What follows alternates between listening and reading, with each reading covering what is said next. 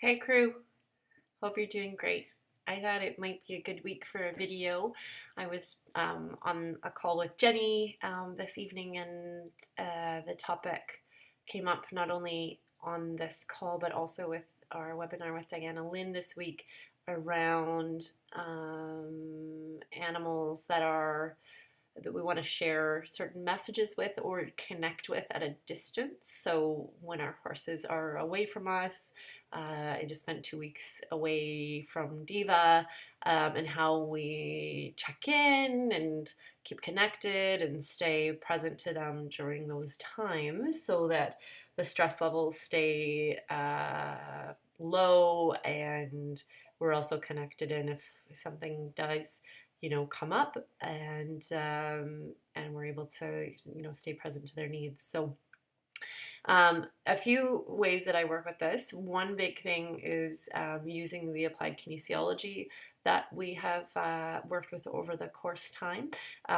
So using that as a communication tool to check in. One of my big questions when I'm connecting with my animals, I'll do the self-testing tool that I teach at the end of the course, so yes and no, and I'll check in and just see if so I'll ask the question or make the statement, does Diva need anything, essentially? Does Diva need anything? And usually I get a no. Every now and again I get a yes. And then I use my sleuthing skills to check into what that might be and whether it's me that needs to provide whatever that is, or if it's somebody else. And yeah, touch base as we did in the one retreat around whether the issue is physical, emotional, spiritual, energetic, and kind of piece it out from there. So that's one way to check in. The other way is just energetically to make a connection. This just like with the applied kinesiology, requires us to get nice and still and quiet and centered. Really, we can't get around that. We got to get into a bit of a zone before we begin to be able to receive the messages more clearly. And so as Diana was talking, to sort of like take the expectations off the table and really like check in with ourselves and get present through the body scan to where we're at. And if we need to do a cortices tap out, I'm getting all this cool lighting here. It's pouring rain outside. So whatever we need to get super present to, what's coming up for us and to the connection with our animal at that time. And then we can actually just send really good vibes. We can send connecting vibes to our animal at that point. I like to send Diva a hug if she'd like it, or just check in with her. Imagine that I'm kind of hanging out side by side with her. So that translates that, even though it's sort of we think it's in our imagination, it translates through the energetics. So that's another way to do it as well. One of the things I also like to do is to send a communication about how long until I'll see Diva again. So sometimes when we start this, or depending on the animal, I might need to actually show them, okay, it'll be like night and day. So I'll show them dark and light and dark and light and dark and light until I'm home. Some animals just pick up on, okay, I'm going to be away for a chunk of time. It depends on the horse as far as what that communication looks like.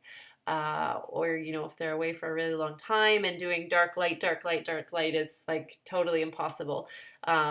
Just sort of sending them even messages about the seasons when they're going to be coming, when you'll be seeing them. So what that, the climate might be like, or when the sun is setting at a certain time at that time, and can kind of send them messages about that. And their horses are very, very tuned into the natural rhythms, so that's something they can really pick up on. Yeah, so that's kind of a cool way of doing it, and I really feel this is important for horses to know where their herd mates are, like us humans, and to just have a really good sense of what's going on in their environment.